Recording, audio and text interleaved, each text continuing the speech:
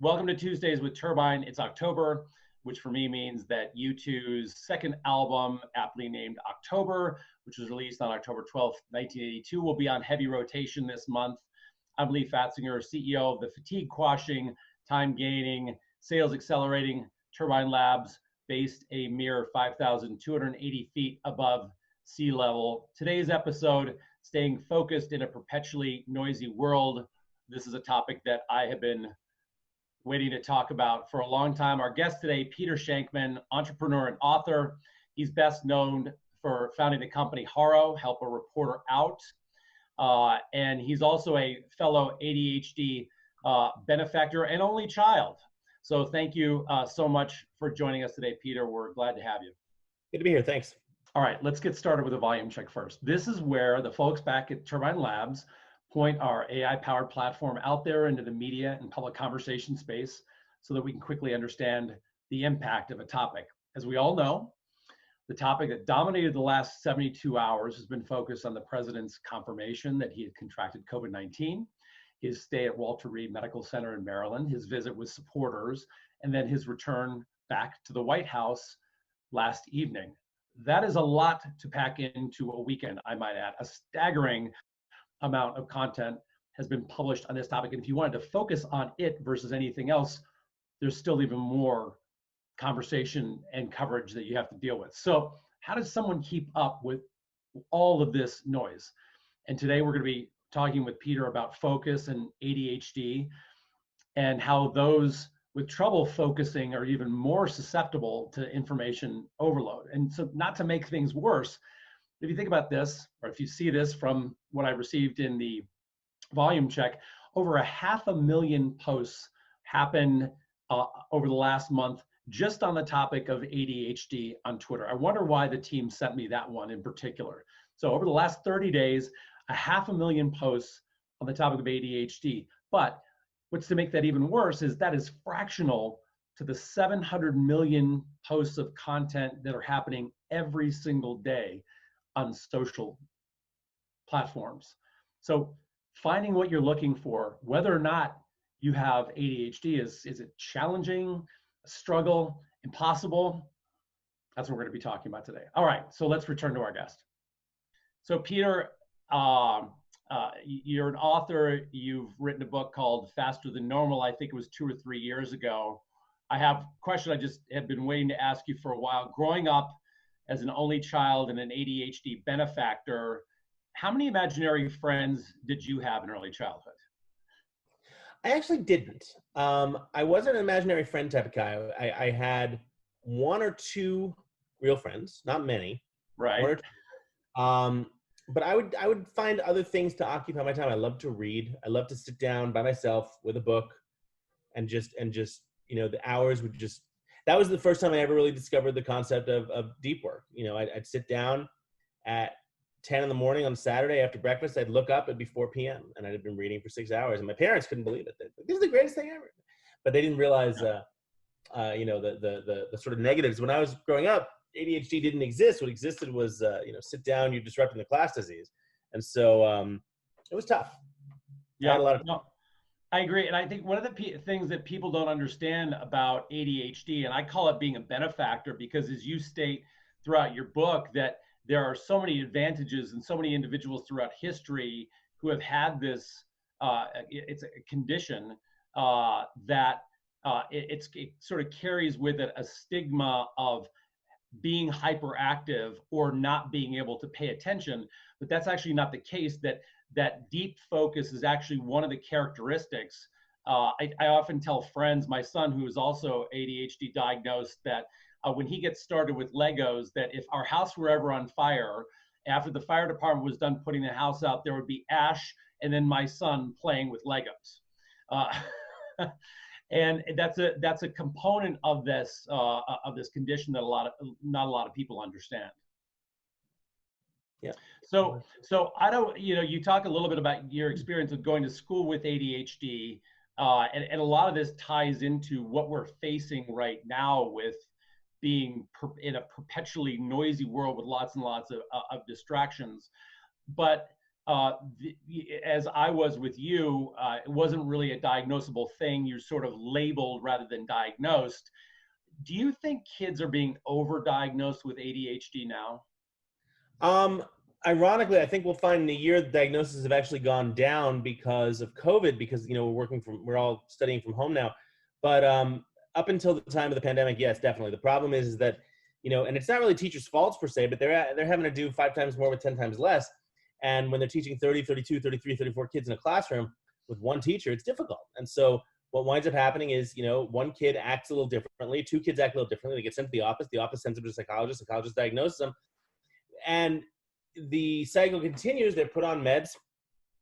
We're putting kids on meds as young as 5 years old, because they're acting like they're, pardon me, wait for it, 5. And Right. That's not necessarily the best thing in the world. I'm not an anti-med. I have a prescription myself, but I take it maybe once a week, twice a week at the most, on days when I have to do shit that I don't want to do. Right? Otherwise, I get up super early. I hit the gym. I work out. I ride, whatever. And that gives me the dopamine, the serotonin, the adrenaline I need that my brain doesn't make enough of to get through. And I think one of the biggest problems is that, instead of waking the kid up and throwing a pill down his throat, if we woke the kid up, sent him outside for 45 minutes before school started, let him run around, instead of putting him in front of the TV, and then for breakfast gave him a couple of eggs instead of 2 bowls of chocolate frosted sugar bombs, we might find a little different.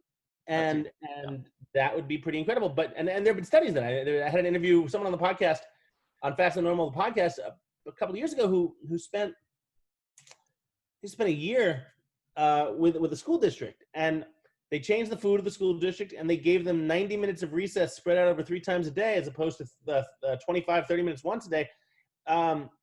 Outbursts from boys went down 54% in the classroom, and girls started participating more by 46% or something. There's ridiculous numbers. Yeah. Right. But we don't look at that. And then that's a shame. That is a shame. Just the notion of play and energy release, as for all kids being able to just sort of handle just all the pressures of growing up as a human in this environment is absolutely critical. I agree with you 100%. We don't spend enough time on that. So, but in your book, there's a quote where you said, over time, I was able to determine that there were 3 main factors preventing me from getting things done: lack of focus, lack of workable time, and constant interruptions. What would you add to that list now in 2020 in a pandemic environment that keep people from getting things done? You can't see it because of my virtual background, but I work 3 inches for the past 7 months. I'm working 3 inches from my fridge. And prior to that, I had an office in Midtown, and I'd go there, and the door closed, and I had no windows. And I'd get in at 8 a.m. or 7 a.m. or 6 a.m., and I'd work till 4 or 5 p.m. nonstop. I'd be like, oh, I should eat at some point, because I was in that deep work. Now I'm like, food. And Right. that's become a major crutch for me, and it's a problem. And it's funny, I put on close to 15 pounds of muscle during the pandemic because I bought 2 22-pound kettlebells, and I switched all my gym training sessions with my trainer. I switched them all to home. So, 4 times a week now at 5 a.m., him and I are up, and I'm lifting. And when all you have is 2 kettlebells, what's the thing? When all you have is a hammer, everything doesn't look like a nail. Or we have nail, everything looks like a hammer, whatever. But so I put on all this muscle, but it's harder to see than it should be, because it's probably under an extra 10 pounds of fat. And, the biggest problem I think we're seeing in that is that it's twofold. One, kids got all their energy, even just walking to school, biking to school, running around the playground with their friends, that's gone. And then some studies have shown that even just friendships, hanging out with someone you love, hanging out with someone you trust, can actually, it boosts oxytocin, of course, but it also boosts dopamine, right? And so all of a sudden you don't have that. It's not the same on Zoom, right? There's a reason that, if you look back way before the pandemic, there's a reason that phone sex never really took off as an industry, right? It was more about in person. And so the premise of, oh, I'll see my friends on Zoom is the same thing. It's not the damn same thing. Same thing. And we got to get kids back to school. You got to do it safely. We shouldn't do it in the current White House administration, which is just screw it, send them back. We need to do it safely. My daughter's been home since March, and she is going back next week for the first time. And there are safety precautions up the ass out there, and I think it's great. And I have no doubt that I'm going to see a change in her demeanor within a week of her having been back. Yeah, I mean, that's exactly right. I mean, from March till whenever school started, just getting kids back. You realize that one of the big parts of growing up and also dealing with, anything that's going on in your brain is around social interaction, especially if you're in youth. You were known, actually, and I think you've written a lot about this, for taking flights from New York to Tokyo just to make time to write. Mm-hmm. What has supplanted that behavior and that ability to focus and the deep focus that you talk about since the pandemic? And for other people who value that listen, I remember I spent 40% of my time on flights. I'm coming from Denver, so it's sort of in the middle. Flights aren't as long as flying from New York to Tokyo, but being on an airplane with noise canceling headsets was my time to either think or actually clear things out, adapt your to-do list, so on and so forth. And as you mentioned, now we're on Zoom every, single moment of every. What have you done to supplant that, and what would you recommend that other people do that, used that time of being on long flights to be productive? And For me, it's about shutting things off. So my biggest problem is that, if there's a distraction, I will look at it. And so I live on the 56th floor of a 60-story building in Midtown Manhattan, and I have discovered that I can, let's just say, get a key to the roof. And it is not a public roof, so it's not like a place where you can hang out, but it is a roof, and it is very peaceful up there. And 60 stories above the ground, there is not, and there are distractions. It's a beautiful view, but the beautiful view doesn't hold my gaze that long because there's nothing moving, right? I don't see people. I don't see TV. So I go up there with my laptop, I shut off my internet, and I work for a few hours, right? I lean against a water cooling tower or whatever, and I shut off my internet and I work. The other thing, I found a place in Central Park, and I'm never telling anyone where. It is a small little tree near the northern end of the park, and tree is curved in such a way that it's perfect to sit and lean against, sit in my back, and it's perfect for my back. And so I've been known to be there as well. And again, shut off my phone. I turn my phone and watch on airplane mode, because the thing that you have to understand is airplane mode is not just for airplanes. Airplane mode should be used by human beings every day.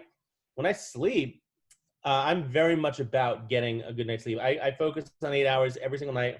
And if I get up at 3:30 in the morning, that's kind of hard to do. So I'm asleep by 8:30 sometimes, right? And I might get 7:30, but my daughter goes out at 8. I'm a single dad. She's out at 8. I'm out by 8:30. So, but when I go to sleep, I shut off my phone. I don't just silence it. I shut it off, because I know if I wake up 1 in the morning to go to the bathroom and I come back and it's on, I'm going to look at it. That's right. But if I have to wait a minute and a half for it to start, so the key is finding that place where that works for you without distractions, but more importantly, where you can just shut everything off. And in my apartment, there are too many devices, right? Whether it's Alexa, cancel, or whether it's my TV or my watch or any of the things in my apartment that talk to me, and there are countless ones. My entire apartment is automated, so it's not the right place for me. My office was, and I still go there every once in a while. I go there about once a week. Regis hasn't dropped my rent on it. I'm still paying out the ass for it, but whatever. So I go there about once a week, and I do work there, but it's not going to last. I'm going to Dubai next week just to get the hell out of here and reset. Yeah. Well, and so so you're going to get on an airplane and have some of that time in a very unusual time right now. And you talk about a rooftop and Central Park. And what's interesting about the phase that we're going through, and this is with all executives, not just individuals who have got ADHD, that we've been very fortunate that summer came at the point in time when fatigue around being quarantined was starting to rear its head.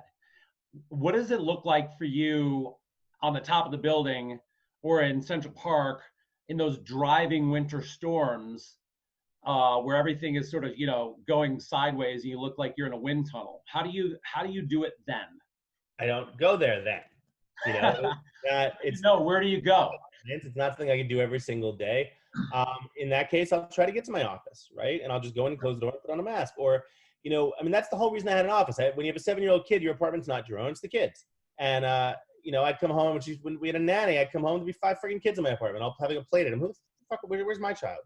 And it's not my apartment anymore, it's hers. And so that's why I leave. So if I have to, I've been known sometimes, I'll find the least most ridden subway line, right? And I'll sit in the last car in the last seat, which isn't that crowded, and I'll just get on it and I'll work. At some point, the train's going to turn around. I don't have to worry about where I am, right? You know, I've done strange things like that. I've gotten on Amtrak's. I've gone down to DC or gone up to Boston on the Northeast Corridor just to work. You know, you do what you have to do. And I always remember the person who said, dude, you flew to Asia. You spent $5,000 to go nowhere. What's wrong with you? I'm like, I spent $5,000 for the best-selling book. I'm cool. That's right. That's right. And I think the key is if we could stop caring what other people think about us, it would be a lot easier to do the shit we want to do when we want to do it and how we want to do it. So the problem is that no one goes overseas to write a book. Okay, that's fine. I do. Yeah, it's process. What's the process work? So, you know, you're technology oriented. Obviously, you've got an automated home. There's so much technology out there that distracts us. All of the devices, everything that we have, the lights, the webcams, the alerts, the Alexas and the Siris cancel. What about technology to keep us focused? Have you come across anything that does a good job? I found for me, one of the most effective apps that I was ever able to download was a Pomodoro timer. Yeah, I know that one. Right, 50 minutes of focus. Yeah. Take 10 minutes to go walk around and do some sit-ups, right? I do something similar with that. I have what is that, 50-10-5 or 55-5, 50 minutes of work, 5 minutes of bathroom, 5 minutes of food or whatever, you know, water. But the thing also is that for me, when I get into my deep work, I won't get distracted. If it's something I want to do, if I have to write something and I'm in the right place and the right time for it, I will sit down for 6 hours before I ever look up. That's the key. What apps do I use? I am a huge, again, the day has to start with a workout, right? So if I use the Apple Watch, I use Strava, and as long as I keep my streak, it's funny. One of the things that I've benefited from is having a workout streak, like number of days that I have completed. All 3 rings, where are you? All 3 rings, right? And I've gotten 2 of the 3 so far. Just having that off my chest, off my head, not having to think about it, gives me more productivity. I'm like, I already did that. Awesome. I was 2 hours on the bike this morning. I got my ass kicked by my trainer, whatever. It's already there, right? So find the apps that work for you. They don't necessarily have to be productivity apps. You know, on the flip side, I know that when I run or lumber, I'm a big guy, when I go out for a lumber, I find that great ideas pop in my head. They pop in my head when I'm on the bike, when I'm running. I can tell the watch, you know, I can go, hey Siri, record this or whatever, and it'll take the note, throw it into Google Keep. Google Keeps lives inside the Google ecosystem, which I'm in, so it's fine. You know, you got to figure out what works for you. Yeah, that's interesting. So you spend a lot of time in the book talking about eliminating choices, and Faster Than Normal was published in 2017. What does eliminating choices now look like, you know, in the pandemic? How would you rewrite those sections around eliminating choices? If you were writing you're gonna go on a flight to Dubai, you're gonna have an updated edition of the book, you'll probably crank out. What does that look like to you now? I think it hasn't really changed that much. I think that a lot of the keys are making sure that you are in a place where you don't allow that you've done things, right, in your day-to-day planning, in your world, whatever, that allow you to focus on what you need to do without having to think about it. What do I mean? I find that, again, getting up and working out, I don't have to think about doing it all day. It's done. I have the dopamine I need. The same rules still apply to my closet. I've put on a dress shirt 3 times in the past 7 months. Right. And they're all, no, I take that back. Probably closer to 10 times, but they're all for TV appearances. You know, the pandemic, people don't realize this is actually one of the best goddamn things to happen to someone with ADHD, because you can really eliminate even more choice that way, right? I have T-shirts. I wear them every day. That's it, right? Yeah. I have, but I still have the 2 sides to my closet. One says office/travel, and it's T-shirts and jeans, and the other says speaking/TV, and it's button-down shirt, jacket, and jeans, and that's it. Everything. I haven't worn a button down. I haven't worn a jacket, like a sport jacket, since March. Yep. You know, and that's awesome. Because it's less I have to think about. I open my closet, I take whatever t-shirt's on top, I put it on, I go to work. It's a great point. And when people think about the unusual nature, the perception of the unusual nature of somebody like Mark Zuckerberg wearing the same gray hoodie every single day, or Steve Jobs wearing the same black shirt every single day. Obama had 3 suits. That's exactly right. And so people who are, and by the way, President Obama wasn't necessarily one that you would have characterized as having ADHD behavior. I don't know if he has it or not, but there are tips that executives can take from individuals who have ADHD. You know, people, I have the same black or gray zip up I wear every single day. And what people don't realize, especially in a home office environment where my bedroom is now 20 feet away versus 7 miles away from where I work, that that is designed to allow your brain to be clearer for other things during the day. Why waste time on stupid shit when there are better decisions to be made? That's exactly right. That's exactly the end of the day. You know, I don't want to sit there and worry about, well, what shirt should I wear? What should I drink? What should I have to eat? Screw it. I want to make millions of dollars again, you know, every single day. And I want to do that in different ways. And if I'm sitting there thinking about what shirt I should wear, and again, I've seen it happen. I go into my daughter's room where I keep all my sweaters and stuff. I look for one specific item for a specific night.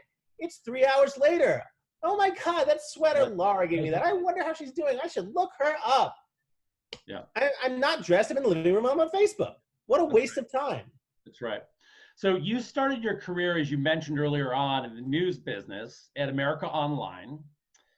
And one of the things that we focus a lot on just in our daily work is how do we help people make better decisions with information?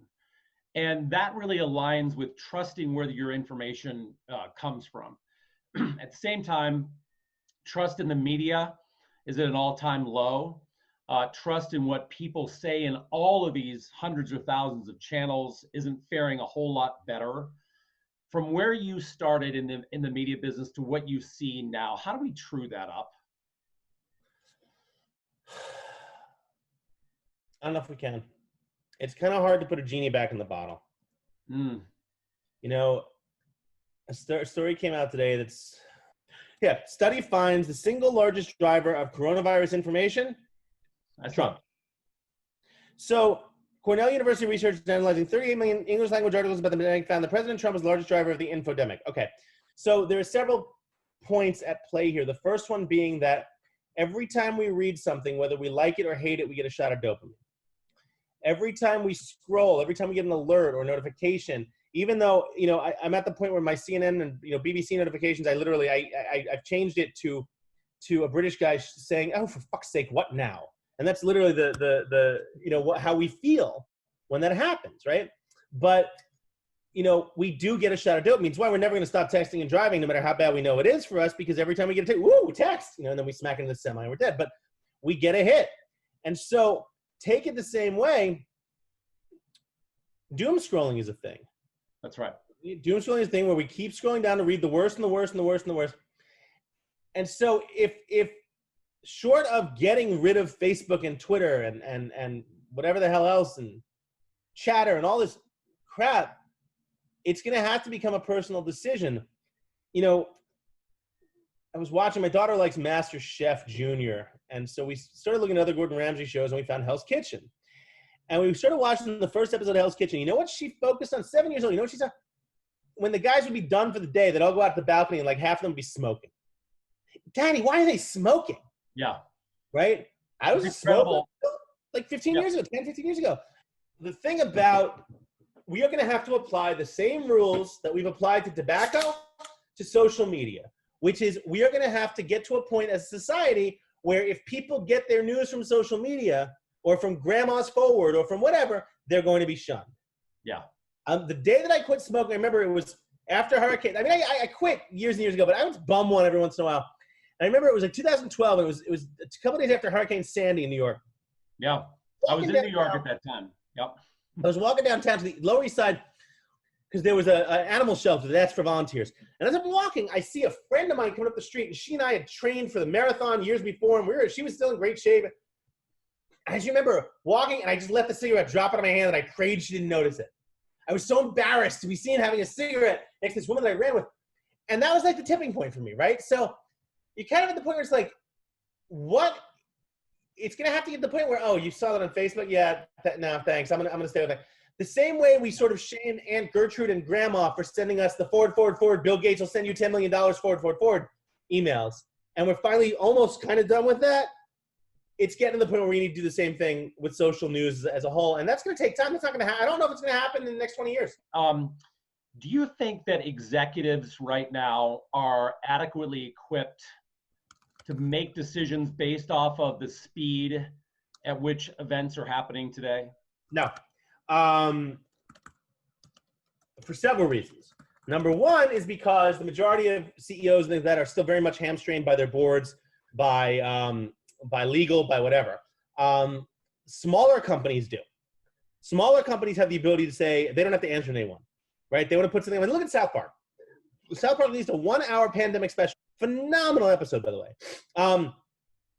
And you know they did it, and I watched the behind the scenes and how they did it. Entirely remotely, they just decided, we're getting this shit done. They gave every single, are there like 200 artists? They gave them all 500 gigabit connections. They took all their computers, gave them at home, right? When you can get that kind of stuff done, it has to come from smaller, non-siloed places, right? So, when I decide, hey, it's the second week of the pandemic, I want to host a Zoom call for as many people as can fit, and just so they have someone to talk to. 5 seconds later, it's done. Right. Well, listen, I appreciate you doing a shout out to South Park, Heritage High School, class of 1989. Matt Stone is one of my classmates. Oh, cool. And so I'm glad you. But here's what's really interesting about that is obviously their studio bosses have given them great leeway because they trust them over the amount of time. But my interpretation also is that they've kept that organization very, very lean to be able to pivot and have inflection points that map very, very closely to the cultural happenings of the day. But you say that like that's a bad thing. Why isn't every company doing it? No, I'm saying it is a great thing. But going back to your point about boards hamstringing executives not being able to really, what do you do now? These companies that can't do that need to look inside themselves and say, okay, how do we get there? Yeah. If United Airlines can retrofit 65% of their fleet with HEPA approved air filters and create a drone video showing their autonomous cleaning machines in action and have it live within a week, fucking United Airlines. They're the slowest thing in the sky, right? And I'm dead loyal to them. I love them to death. They're my favorite airline in the world. I'm global service and have been for 8 years. But if they can get that done, what possible excuse does any other company have? Right. So you live in New York, floor 56. It's the sensory overload capital of the world, as you were saying. So you're high above it. One of the things that I love about being in New York is that an idea or a change in perspective, can be found by going to a restaurant, walking around a corner, seeing something on the side of a building that you haven't seen before, walking down into a bodega. How is creativity fanning during the pandemic? And I think your example of South Park being able to have gigabit connections where they can animate remotely, but that South Park's also a unique entity in the entertainment world. Overall, how's creativity faring in the pandemic? Creativity still very much exists. It's all about where you find it. A month into the pandemic, was it Publicis? One of the ad agencies, I don't remember which one. I don't remember which company it was, but one of them in New York did a free pro bono ad for New York State to make people wear masks. They dressed someone up as Jason from Friday the 13th, and they had him walk around New York City. And he'd like go to get a cab, and the cab driver would like speed off, or he'd see a dog in the street, and he'd go to pet it, and they'd grab the dog, and the woman would run away with her. And he goes, it's tough for me. Maybe I'm wearing the wrong mask, but they built that shit and put it together in 2 weeks. This is probably April and May when we're still under massive quarantine. So there is the ability to do that. So creativity is still alive and well. I think that anyone who says, oh, there's no more creativity because we can't get outside, it's bullshit. You find creativity where you find it, right? And if you have to look in new places, you look in new places. I'm dating someone who lives in Jersey. Something, again, I never thought I'd fucking say. And I wind up going to Jersey on the few days a month I'm not with my daughter, and we'll go for a hike, right? Or we'll drive for an hour and go in the mountains or something. And it's doable, right? And my spare time, I'm a licensed skydiver. And although I haven't been jumping as much, I know that an hour and a half north, I still can jump if I need a really hard shock to the system. And so, again, you just got to figure out where it is. I hate that I've gained 10 pounds. I mean, I put on muscle, but I hate that I've gained 10 pounds of fat because I'm sitting there going, I don't want to use COVID as an excuse. I could have just shut my mouth. Right. Well, listen, let's wrap it up. I want to, one of the most amazing things that I've seen, going back to the creativity, is that in recessionary periods, we see incredible innovations. Airbnb, Uber all came out of the previous recession. There's going to be an entirely new breed of companies that start in this period of time, and in 4 or 5 or 6 years are going to be the gems of either the public markets or of our attention. What about you? What's next for Peter Shankman?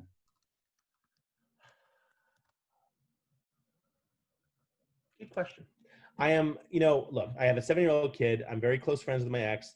My parents live 3 blocks from me. I'm obviously not moving outside of the city anytime soon. But in 11 years, I could see myself in Asia. I'm having a lot of fun. Why is that?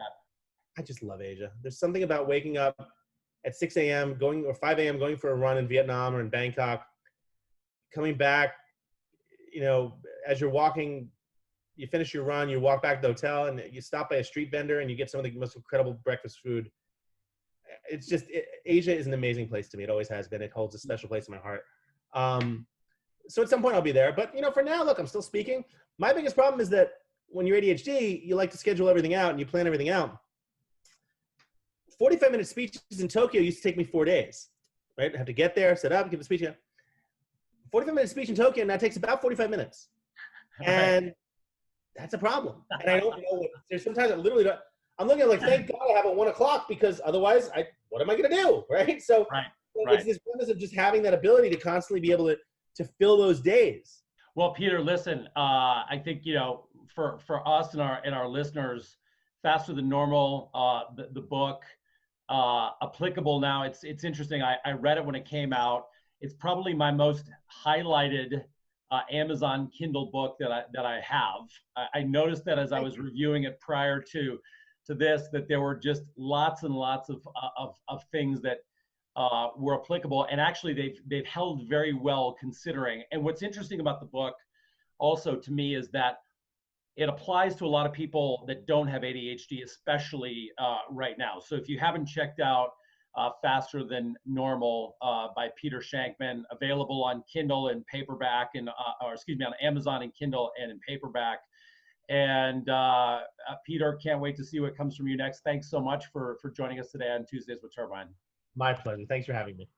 Our guest next week is Rick Ritter of the International Association of Political Consultants, or IAPC. What are we going to be discussing? Well, the election, of course. Peter, thank you again for joining us, and to everyone else, we look forward to seeing you next Tuesday. Have a good week, everyone.